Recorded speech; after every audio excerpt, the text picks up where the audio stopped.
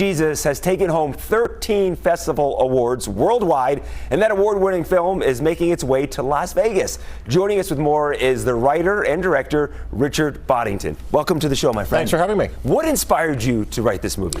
In December of 2019, I visited Los Angeles, and I was just shocked by the level of homelessness that had taken over the city. It had sort of spread. I've been going to Los Angeles since about 2000.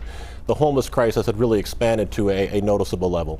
And I came up with the idea of what about a screenplay that focused on this social justice aspect of what's happening in Los Angeles, and kind of putting an interesting spin on the story, the concept. And we're seeing a clip from the movie here right now. What has been the reaction from the release so far? Well, we've so far it's been on the festival circuit now for about 18 months, and we've been very fortunate.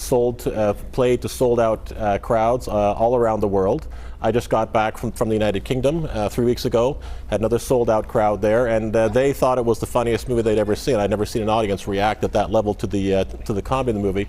What we're seeing now on screen is Jesus directs two boys who haven't caught any fish to fish from one side of the pier to the other. They follow his instructions, and they catch these huge fish.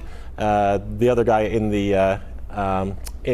the scene there he plays the skeptic. Okay. The person who is trying to uncover if this man is who he claims to be.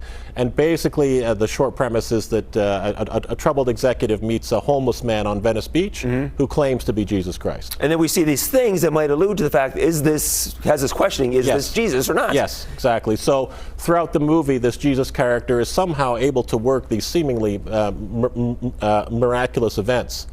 And the Dwayne character, his name's actually Dwayne Thomas, D. Thomas. Okay. So people who follow the Bible will understand the significance of that name.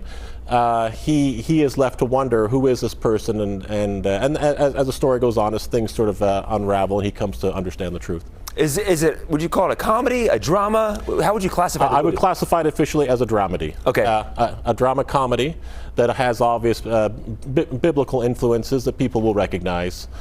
Some of the more famous, as a writer, I envision what would happen if the ancient Jesus lived on Venice Beach in the 2000s.